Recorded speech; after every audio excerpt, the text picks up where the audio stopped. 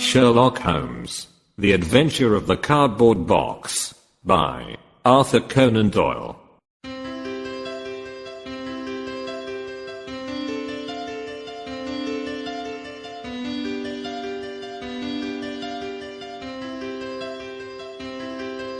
In choosing a few typical cases which illustrate the remarkable mental qualities of my friend, Sherlock Holmes, I have endeavored, as far as possible, to select those which presented the minimum of sensationalism, while offering a fair field for his talents. It is, however, unfortunately impossible entirely to separate the sensational from the criminal, and a chronicler is left in the dilemma that he must either sacrifice details which are essential to his statement, and so give a false impression of the problem, or he must use matter which chance, and not choice, has provided him with. With this short preface I shall turn to my notes of what proved to be a strange, though a peculiarly terrible, chain of events. It was a blazing hot day in August.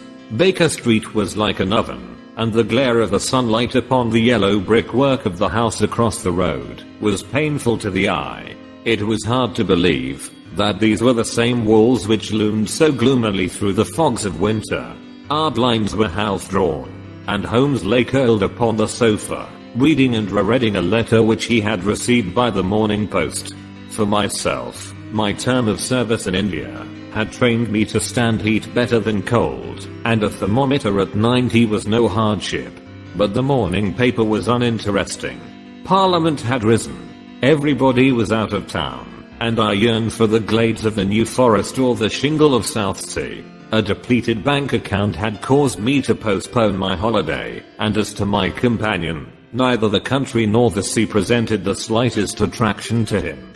He loved to lie in the very center of 5 millions of people, with his filaments stretching out and running through them, responsive to every little rumor or suspicion of unsolved crime. Appreciation of nature found no place among his many gifts, and his only change was when he turned his mind from the eviled air of the town to track down his brother of the country. Finding that Holmes was too absorbed for conversation, I had tossed aside the barren paper, and leaning back in my chair I fell into a brown study. Suddenly my companion's voice broke in upon my thoughts. "You are right, Watson," said he. "It does seem a most preposterous way of settling a dispute."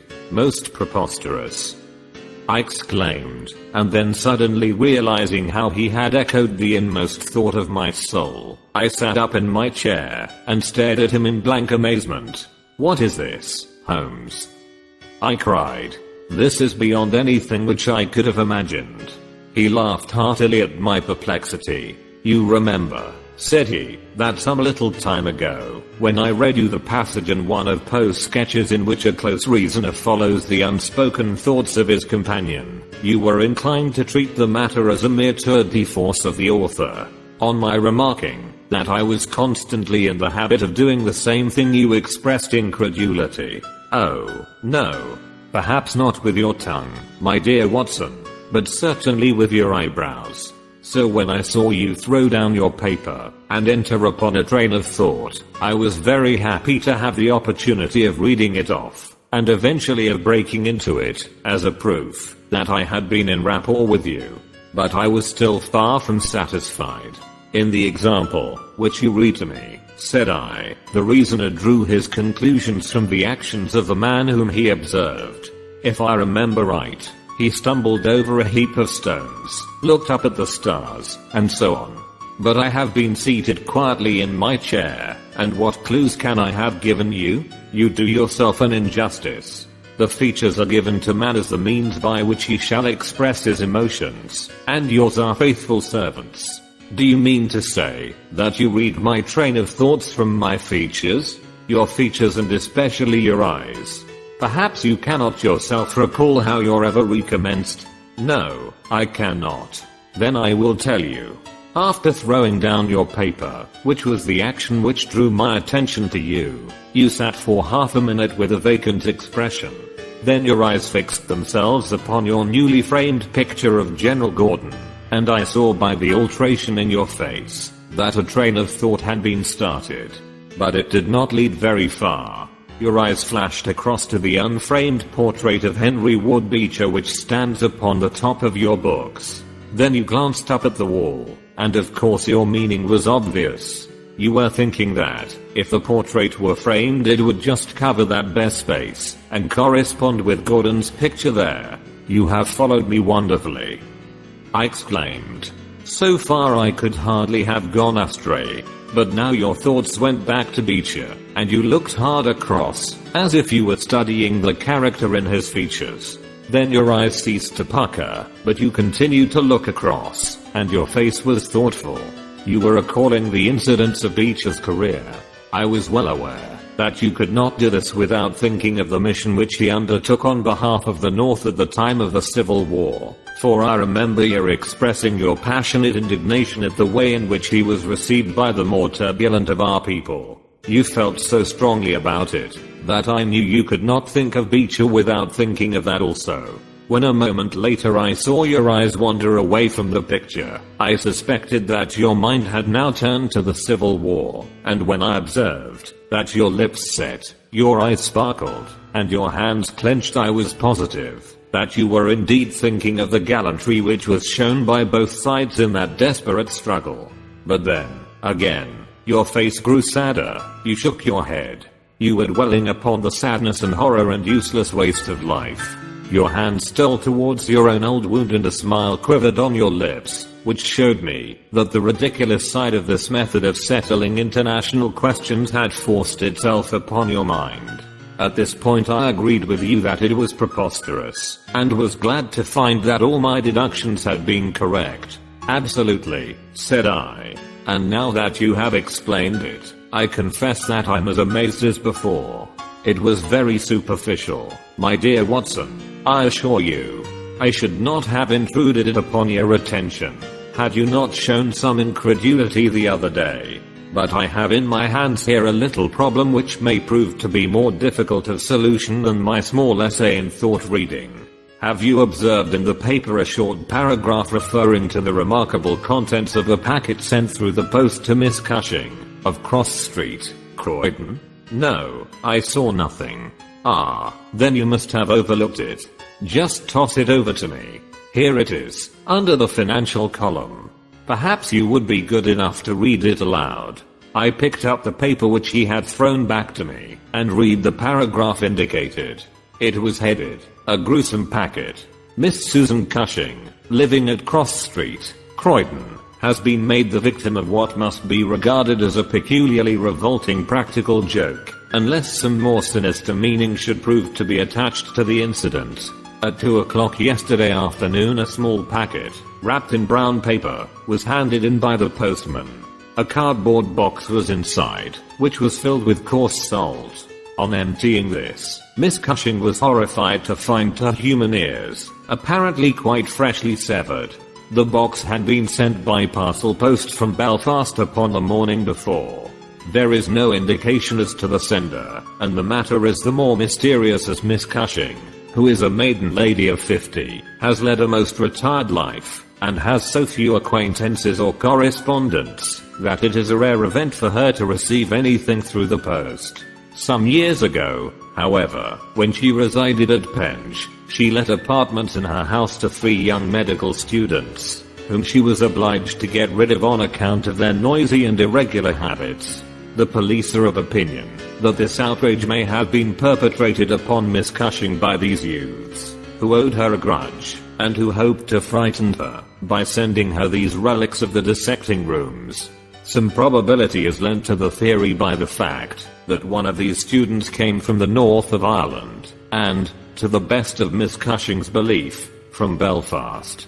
In the meantime, the matter is being actively investigated, Mr. Lestrade, one of the very smartest of our detective officers, being in charge of the case.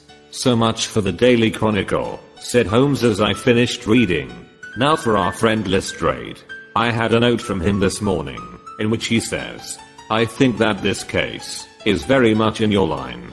We have every hope of clearing the matter up, but we find a little difficulty in getting anything to work upon.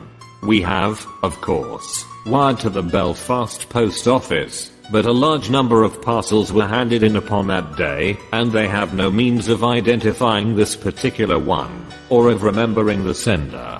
The box is a half-pound box of honeydew tobacco, and does not help us in any way.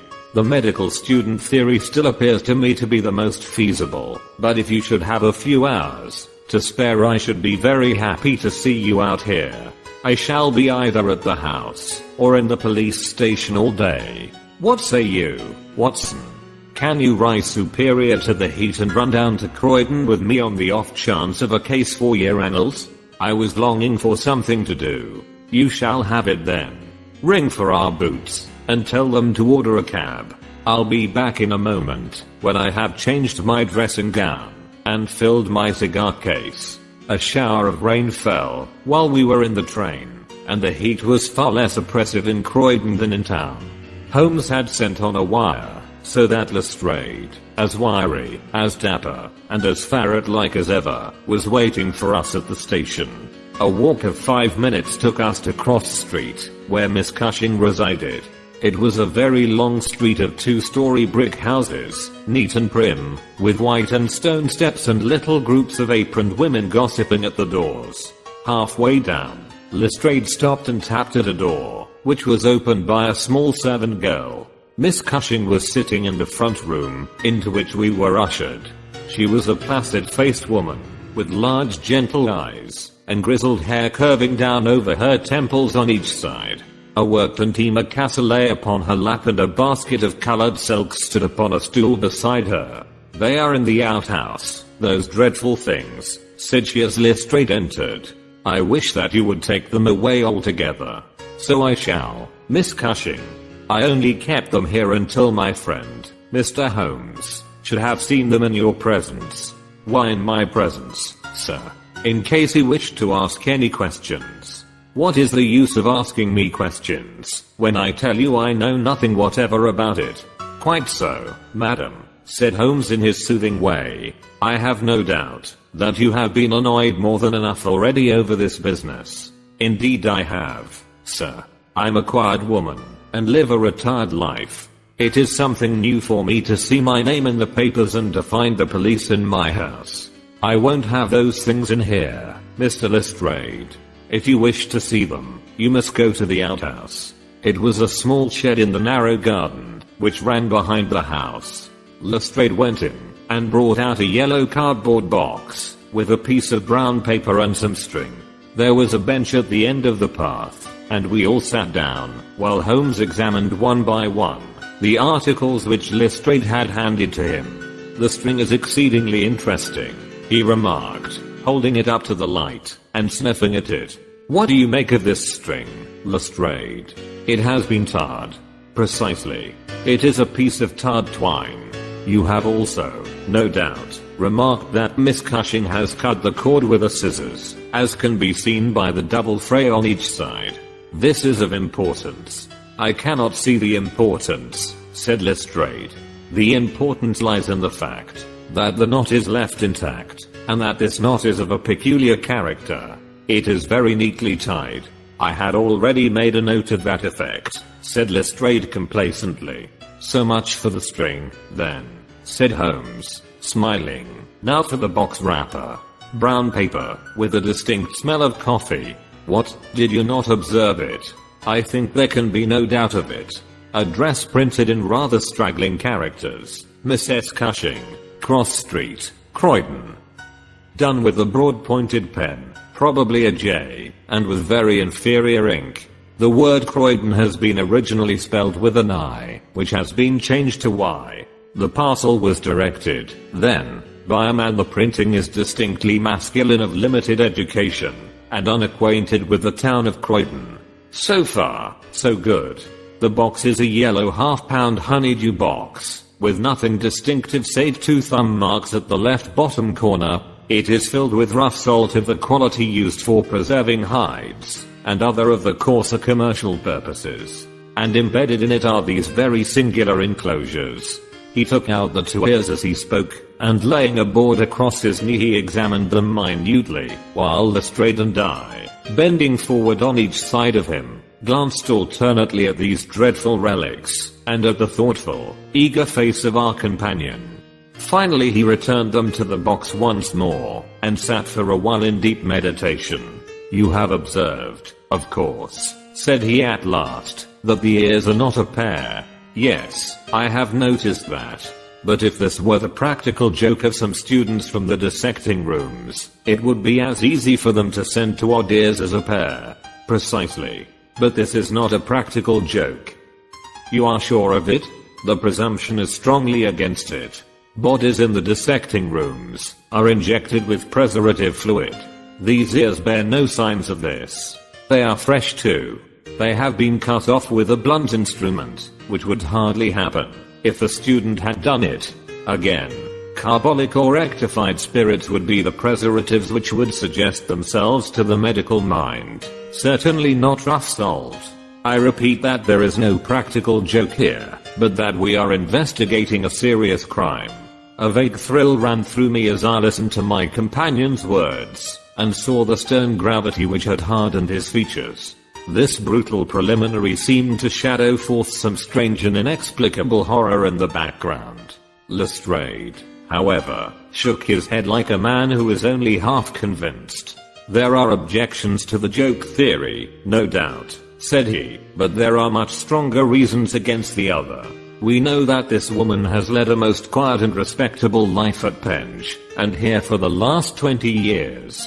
She has hardly been away from her home for a day during that time. Why on earth, then, should any criminal send her the proofs of his guilt, especially as, unless she is a most consummate actress, she understands quite as little of the matter as we do?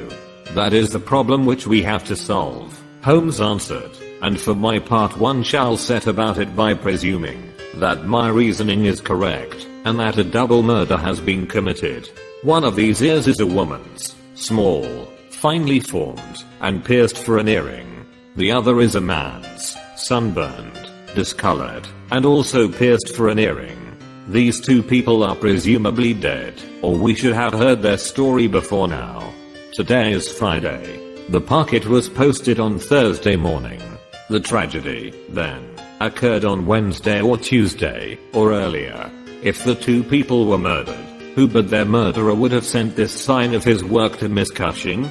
We may take it that the sender of the packet is the man whom we want. But he must have some strong reason for sending Miss Cushing this packet. What reason then? It must have been to tell her that the deed was done, or to pain her, perhaps. But in that case she knows who it is. Does she know? I doubt it. If she knew, why should she call the police in? She might have buried the ears, and no one would have been the wiser. That is what she would have done, if she had wished to shield the criminal. But if she does not wish to shield him, she would give his name. There is a tangle here which needs straightening out." He had been talking in a high, quick voice, staring blankly up over the garden fence, but now he sprang briskly to his feet, and walked towards the house. "I have a few questions to ask Miss Cushing," said he. "In that case I may leave you here," said Lestrade, "for I have another small business on hand. I think that I have nothing further to learn from Miss Cushing. You will find me at the police station." "We shall look in on our way to the train," answered Holmes. A moment later he and I were back in the front room, where the impassive lady was still quietly working away at her antimacassar. She put it down on her lap as we entered and looked at us with her frank, searching blue eyes. "I'm convinced, sir," she said, "that this matter is a mistake, and that the parcel was never meant for me at all. I have said this several times to the gentleman from Scotland Yard, but he simply laughs at me. I have not an enemy in the world, as far as I know, so why should anyone play me such a trick? I'm coming to be of the same opinion, Miss Cushing," said Holmes, taking a seat beside her. "I think that it is more than probable." He paused, and I was surprised, on glancing round to see, that he was staring with singular intentness at the lady's profile. Surprise and satisfaction were both for an instant to be read upon his eager face, though when she glanced round to find out the cause of his silence he had become as demure as ever. I stared hard myself at her flat, grizzled hair, her trim cap, her little gilt earrings, her placid features, but I could see nothing which could account for my companion's evident excitement. There were one or two questions. "Oh, I'm weary of questions," cried Miss Cushing impatiently. "You have 2 sisters, I believe." "How could you know that?" "I observed the very instant that I entered the room that you have a portrait group of 3 ladies upon the mantelpiece, one of whom is undoubtedly yourself, while the others are so exceedingly like you that there could be no doubt of the relationship. Yes, you are quite right. Those are my sisters, Sarah and Mary. And here at my elbow is another portrait, taken at Liverpool, of your younger sister, in the company of a man who appears to be a steward by his uniform. I observe that she was unmarried at the time. You are very quick at observing." "That is my trade." "Well, you are quite right. But she was married to Mr. Browner a few days afterwards. He was on the South American line when that was taken, but he was so fond of her that he couldn't abide to leave her for so long, and he got into the Liverpool and London boats. Ah, the Conqueror, perhaps. No, the Mayday, when last I heard. Jim came down here to see me once. That was before he broke the pledge, but afterwards he would always take drink when he was ashore, and a little drink would send him stark, staring mad. Ah, it was a bad day that ever he took a glass in his hand again. First he dropped me, then he quarreled with Sarah, and now that Mary has stopped writing we don't know how things are going with them." It was evident that Miss Cushing had come upon a subject on which she felt very deeply. Like most people who lead a lonely life, she was shy at first, but ended by becoming extremely communicative. She told us many details about her brother-in-law the steward, and then wandering off on the subject of her former lodgers, the medical students, she gave us a long account of their delinquencies, with their names and those of their hospitals. Holmes listened attentively to everything, throwing in a question from time to time. "About your second sister, Sarah," said he. "I wonder, since you are both maiden ladies, that you do not keep house together. Ah, you don't know Sarah's temper, or you would wonder no more. I tried it when I came to Croydon, and we kept on until about 2 months ago, when we had to part. I don't want to say a word against my own sister, but she was always meddlesome and hard to please, was Sarah. You say that she quarreled with your Liverpool relations?" "Yes, and they were the best of friends at one time." "Why, she went up there to live in order to be near them. And now she has no word hard enough for Jim Browner. The last 6 months that she was here she would speak of nothing but his drinking and his ways. He had caught her meddling, I suspect, and given her a bit of his mind, and that was the start of it." "Thank you, Miss Cushing," said Holmes, rising and bowing. "Your sister Sarah lives, I think you said, at New Street, Wellington. Goodbye, and I'm very sorry that you should have been troubled over a case with which, as you say, you have nothing whatever to do." There was a cab passing as we came out, and Holmes hailed it. "How far to Wellington?" he asked. "Only about a mile, sir." "Very good. Jump in, Watson. We must strike while the iron is hot." Simple as the case is, there have been 1 or 2 very instructive details in connection with it. Just pull up at a telegraph office as you pass, cabby. Holmes sent off a short wire, and for the rest of the drive lay back in the cab, with his hat tilted over his nose, to keep the sun from his face. Our drive pulled up at a house, which was not unlike the one which we had just quitted. My companion ordered him to wait, and had his hand upon the knocker, when the door opened, and a great young gentleman in black, with a very shiny hat, appeared on the step. "Is Miss Cushing at home?" asked Holmes. "Miss Sarah Cushing is extremely ill," said he. "She has been suffering since yesterday from brain symptoms of great severity. As her medical advisor, I cannot possibly take the responsibility of allowing anyone to see her. I should recommend you to call again in 10 days. He drew on his gloves, closed the door, and marched off down the street. "Well, if we can't," said Holmes, cheerfully. "Perhaps she could not, or would not have told you much. I did not wish her to tell me anything. I only wanted to look at her. However, I think that I have got all that I want.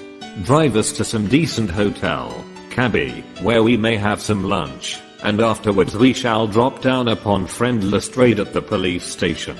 We had a pleasant little meal together, during which Holmes would talk about nothing but violins, narrating with great exultation how he had purchased his own Stradivarius, which was worth at least 500 guineas, at a Jew broker's in Tottenham Court Road for 55 shillings. This led him to Paganini, and we sat for an hour over a bottle of claret, while he told me anecdote after anecdote of that extraordinary man. The afternoon was far advanced, and the hot glare had softened into a mellow glow, before we found ourselves at the police station. Lestrade was waiting for us at the door. "A telegram for you, Mr. Holmes," said he. "Ha. It is the answer." He tore it open, glanced his eyes over it, and crumpled it into his pocket. "That's all right," said he. "Have you found out anything?" "I have found out everything." "What?" Lestrade stared at him in amazement. "You are joking. I was never more serious in my life. A shocking crime has been committed, and I think I have now laid bare every detail of it. And the criminal?" Holmes scribbled a few words upon the back of one of his visiting cards, and threw it over to Lestrade. "That is the name," he said. "You cannot effect an arrest until tomorrow night at the earliest. I should prefer that you do not mention my name at all in connection with the case, as I choose to be only associated with those crimes which present some difficulty in their solution. Come on, Watson." We strode off together to the station, leaving Lestrade still staring with a delighted face at the card which Holmes had thrown him.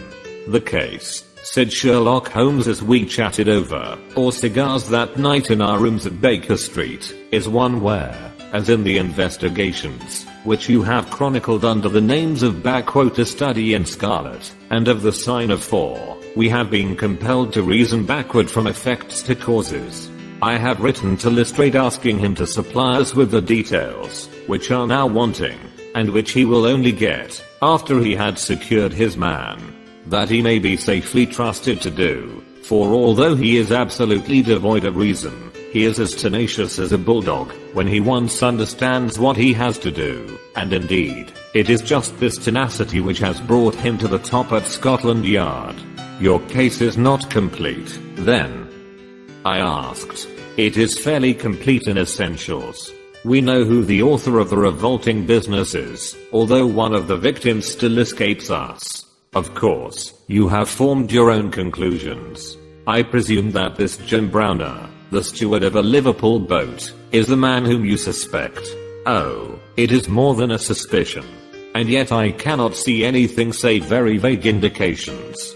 On the contrary, to my mind nothing could be more clear. Let me run over the principal steps. We approached the case, you remember, with an absolutely blank mind, which is always an advantage. We had formed no theories. We were simply there to observe, and to draw inferences from our observations. What did we see first? A very placid and respectable lady, who seemed quite innocent of any secret, and a portrait which showed me that she had 2 younger sisters. It instantly flashed across my mind that the box might have been meant for one of these. I set the idea aside as one which could be disproved, or confirmed at our leisure. Then we went to the garden, as you remember, and we saw the very singular contents of the little yellow box. The string was of the quality which is used by sailmakers aboard ship, and at once a whiff of the sea was perceptible in our investigation. When I observed that the knot was one which is popular with sailors, that the parcel had been posted at a port, and that the mail was pierced for an earring which is so much more common among sailors than landsmen, I was quite certain that all the actors in the tragedy were to be found among our seafaring classes. When I came to examine the address of the packet, I observed that it was to Miss S. Cushing. Now, the oldest sister would, of course, be Miss Cushing, and although her initial was S, it might belong to one of the others as well. In that case we should have to commence our investigation from a fresh basis altogether. I therefore went into the house with the intention of clearing up this point.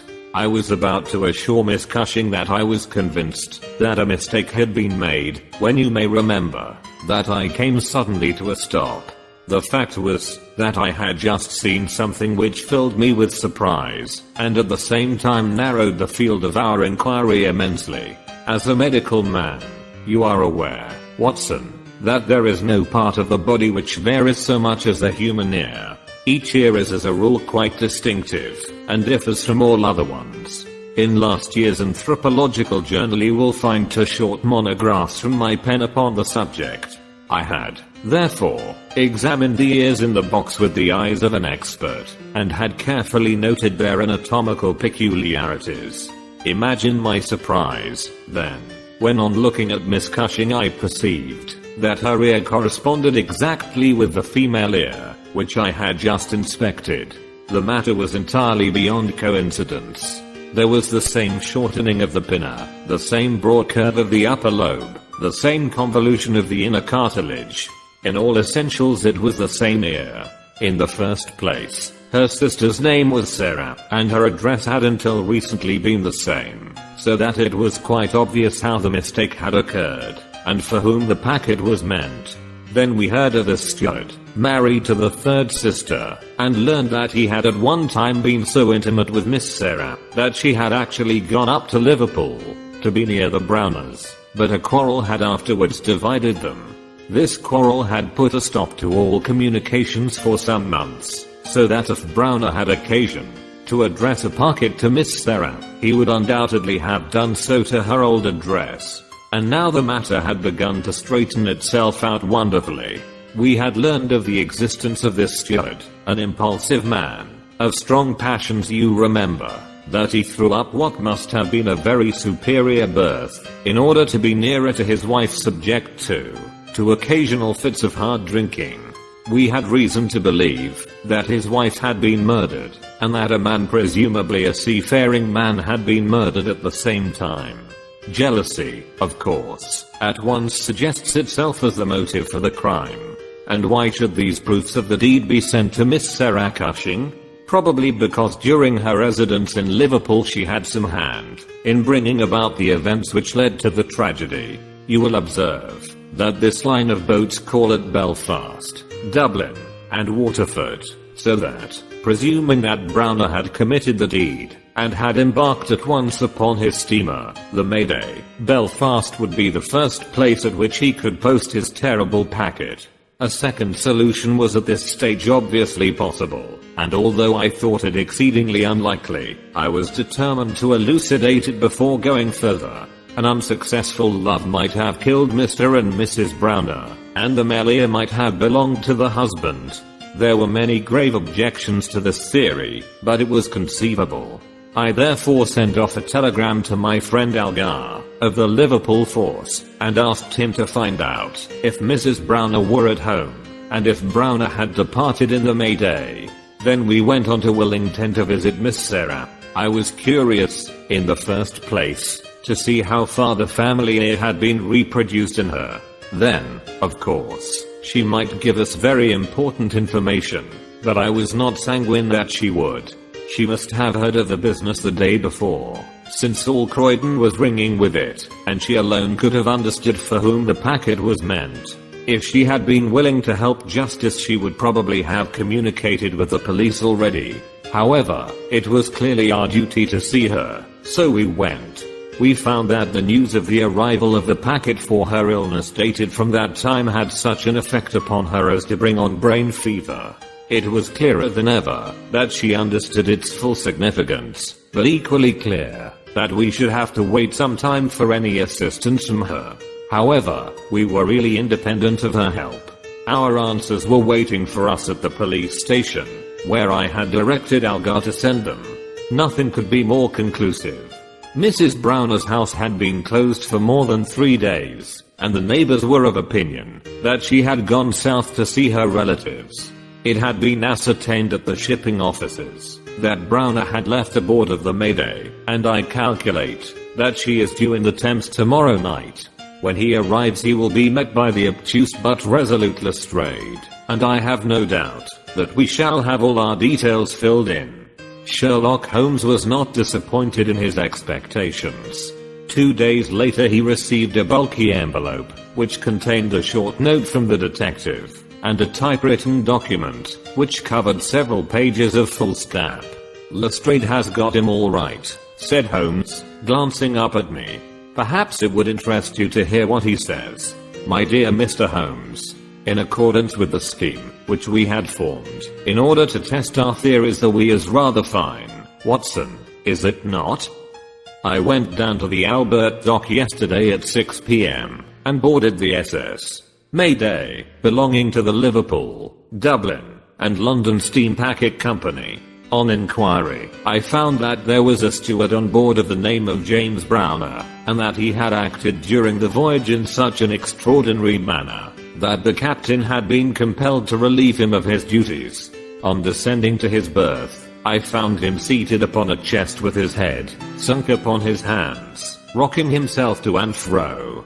He is a big powerful chap, clean-shaven, and very swarthy, something like Aldridge, who helped us in the bogus laundry affair.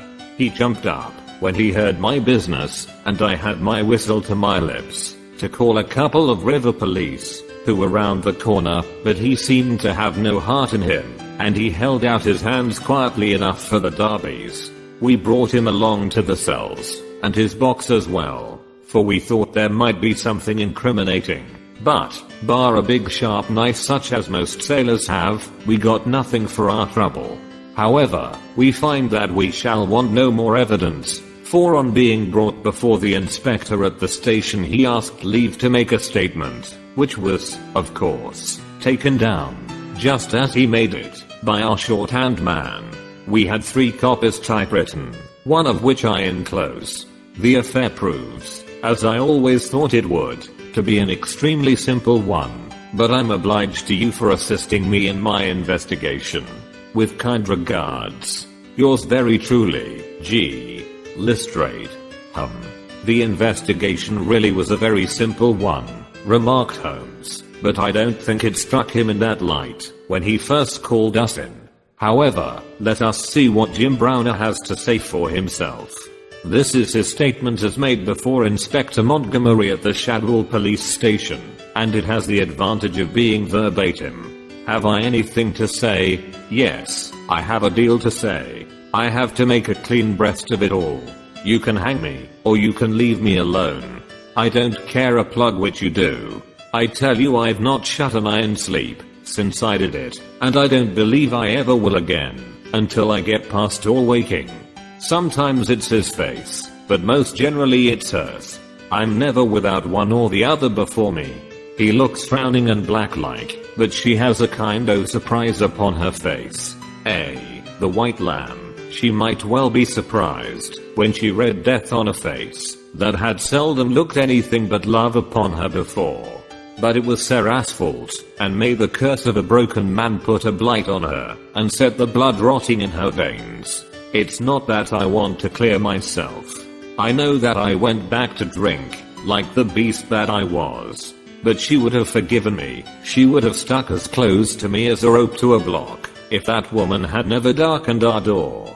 For Sarah Cushing loved me, that's the root of the business. She loved me until all her love turned to poisonous hate, when she knew that I thought more of my wife's footmark in the mud than I did of her whole body and soul. There were 3 sisters altogether. The old one was just a good woman, the second was a devil, and the third was an angel. Sarah was 33, and Mary was 29 when I married. We were just as happy as the day was long when we set up house together, and in all Liverpool there was no better woman than my Mary. And then we asked Sarah up for a week, and the week grew into a month, and one thing led to another, until she was just one of ourselves. I was blue ribbon at that time, and we were putting a little money by, and all was as bright as a new dollar. My God, whoever would have thought that it could have come to this? Whoever would have dreamed it? I used to be home for the weekends very often, and sometimes if the ship were held back for cargo I would have a whole week at a time, and in this way I saw a deal of my sister-in-law. Sarah. She was a fine tall woman, black and quick and fierce, with a proud way of carrying her head, and a glint from her eye like a spark from a flint. But when little Mary was there I had never a thought of her, and that I swear as I hope for God's mercy. It had seemed to me sometimes that she liked to be alone with me, or to coax me out for a walk with her, but I had never thought anything of that. But one evening my eyes were opened. I had come up from the ship, and found my wife out, but Sarah at home. "Where's Mary?" I asked. "Oh, she has gone to pay some accounts." I was impatient, and paced up and down the room. "Can't you be happy for 5 minutes without Mary, Jim?" says she. "It's a bad compliment to me, that you can't be contented with my society for so short a time." "That's alright, my lass," said I, putting out my hand towards her in a kindly way, but she had it in both hers in an instant, and they burned, as if they were in a fever. I looked into her eyes and I read it all there. There was no need for her to speak, nor for me either. I frowned and drew my hand away. Then she stood by my side in silence for a bit, and then put up her hand and patted me on the shoulder. "Steady old Jim," said she, and with a kind of mocking laugh, she ran out of the room. Well, from that time Sarah hated me with her whole heart and soul, and she is a woman who can hate too. I was a fool to let her go on biding with us, a besotted fool, but I never said a word to Mary, for I knew it would grieve her. Things went on much as before, but after a time I began to find that there was a bit of a change in Mary herself. She had always been so trusting and so innocent, but now she became queer and suspicious, wanting to know where I had been, and what I had been doing, and whom my letters were from, and what I had in my pockets, and 1,000 such follies. Day by day she grew queerer and more irritable, and we had ceaseless rows about nothing. I was fairly puzzled by it all. Sarah avoided me now, but she and Mary were just inseparable. I can see now how she was plotting and scheming and poisoning my wife's mind against me, but I was such a blind beetle that I could not understand it at the time. Then I broke my blue ribbon and began to drink again, but I think I should not have done it if Mary had been the same as ever. She had some reason to be disgusted with me now, and the gap between us began to be wider and wider. And then this Alec Fairbairn chipped in, and things became 1,000 times blacker. It was to see Sarah that he came to my house first, but soon it was to see us, for he was a man with winning ways, and he made friends wherever he went. He was a dashing, swaggering chap, smart and curled, who had seen half the world, and could talk of what he had seen.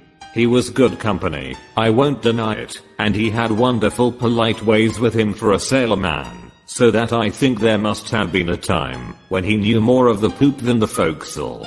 For a month he was in and out of my house, and never once did it cross my mind that harm might come of his soft tricky ways. And then at last something made me suspect, and from that day my peace was gone forever.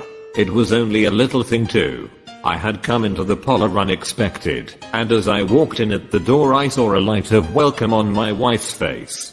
But as she saw who it was it faded again, and she turned away with a look of disappointment. That was enough for me. There was no one but Alec Fairbairn whose step she could have mistaken for mine.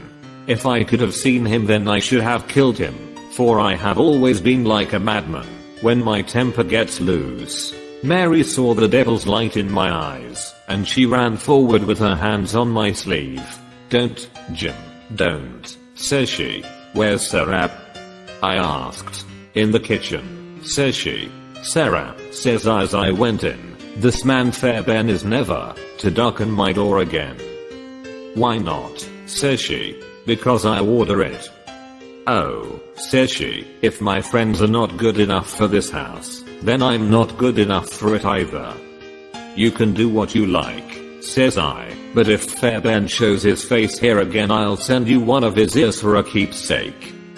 She was frightened by my face, I think, for she never answered a word, and the same evening she left my house. Well, I don't know now whether it was pure devilry on the part of this woman, or whether she thought that she could turn me against my wife by encouraging her to misbehave. Anyway, she took a house just 2 streets off and let lodgings to sailors. Fairbairn used to stay there, and Mary would go round to have tea with her sister and him. How often she went I don't know, but I followed her one day, and as I broke in at the door, Fairbairn got away over the back garden wall, like the cowardly skunk that he was. I swore to my wife that I would kill her if I found her in his company again, and I led her back with me, sobbing and trembling, and as white as a piece of paper. There was no trace of love between us any longer. I could see that she hated me and feared me, and when the thought of it drove me to drink, then she despised me as well. Well, Sarah found that she could not make a living in Liverpool, so she went back, as I understand, to live with her sister in Croydon, and things jogged on much the same as ever at home. And then came this week and all the misery and ruin. It was in this way. We had gone on the Mayday for a round voyage of 7 days, but a hogshead got loose and started one of our plates, so that we had to put back into port for 12 hours. I left the ship and came home, thinking what a surprise it would be for my wife, and hoping that maybe she would be glad to see me so soon. The thought was in my head as I turned into my own street, and at that moment a cab passed me, and there she was, sitting by the side of Fairbairn, the two chatting and laughing, with never a thought for me as I stood watching them from the footpath. I tell you, and I give you my word for it, that from that moment I was not my own master, and it is all like a dim dream, when I look back on it. I had been drinking hard of late, and the two things together fairly turned my brain. There's something throbbing in my head now, like a docker's hammer, but that morning I seemed to have all Niagara whizzing and buzzing in my ears. Well, I took to my heels, and I ran after the cab. I had a heavy oak stick in my hand, and I tell you I saw red from the first, but as I ran I got cunning too, and hung back a little to see them without being seen. They pulled up soon at the railway station. There was a good crowd round the booking office, so I got quite close to them without being seen. They took tickets for New Brighton. So did I, but I got in 3 carriages behind them. When we reached it, they walked along the parade, and I was never more than 100 yards from them. At last I saw them hire a boat and start for a row, for it was a very hot day, and they thought, no doubt, that it would be cooler on the water. It was just as if they had been given into my hands. There was a bit of a haze, and you could not see more than a few hundred yards. I hired a boat for myself, and I pulled after them. I could see the blur of their craft, but they were going nearly as fast as I, and they must have been a long mile from the shore before I caught them up. The haze was like a curtain all round us, and there were we 3 in the middle of it. My God, shall I ever forget their faces when they saw who was in the boat that was closing in upon them? She screamed out. He swore like a madman, and jabbed at me with an oar, for he must have seen death in my eyes. I got past it, and got one in with my stick, that crushed his head like an egg. I would have spared her, perhaps, for all my madness, but she threw her arms round him, crying out to him, and calling him Alec. I struck again, and she lay stretched beside him.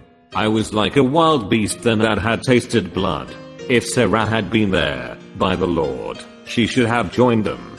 I pulled out my knife, and well, there, I said enough. It gave me a kind of savage joy when I thought how Sarah would feel when she had such signs as these of what her meddling had brought about. Then I tied the bodies into the boat, stove a plank, and stood by until they had sunk. I knew very well that the owner would think that they had lost their bearings in the haze and had drifted off out to sea. I cleaned myself up, got back to land, and joined my ship without a soul having a suspicion of what had passed. That night I made up the packet for Sarah Cushing, and next day I sent it from Belfast. There you have the whole truth of it. You can hang me, or do what you like with me, but you cannot punish me as I have been punished already. I cannot shut my eyes but I see those two faces staring at me as they stared when my boat broke through the haze. I killed them quick, but they are killing me slow, and if I have another night of it, I shall be either mad or dead before morning. You won't put me alone into a cell, sir? For pity's sake don't, and may you be treated in your day of agony as you treat me now. What is the meaning of it, Watson? Said Holmes solemnly as he laid down the paper. What object is served by this circle of misery and violence and fear? It must tend to some end, or else our universe is ruled by chance, which is unthinkable. But what end? There is the great standing perennial problem to which human reason is as far from an answer as ever.